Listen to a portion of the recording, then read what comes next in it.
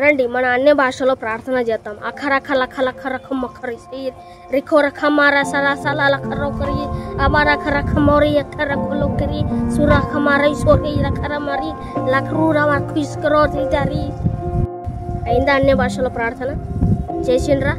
ఒక్క నిమిషం ఆగండి. ఈ అన్య భాష అనడం బైబిల్లో ఎక్కడ ఉందో ఒకసారి నాకు కమెంట్ చేసి చెప్పండి. నాకు బైబిల్ వర్డ్స్ అంటే టెక్స్ట్ ఏంటో అది ఒకసారి చూపియండి. నాకు బైబిల్లో ఇట్లా అన్య భాష ఉంది, దీనికి అర్థం ఇలా ఉంది, ఇలా చేస్తే కలిసియకు మనకు మంచిది అని బైబిల్ నుంచి నాకు రెఫరెన్స్ తీయండి.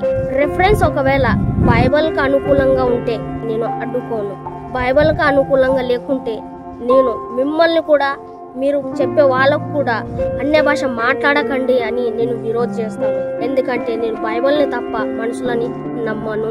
ఈ మాట మీకు అర్థమే ఉంటే నాకు అన్య భాష గురించి నాకు కొన్ని రెఫరెన్స్ ఇవ్వండి.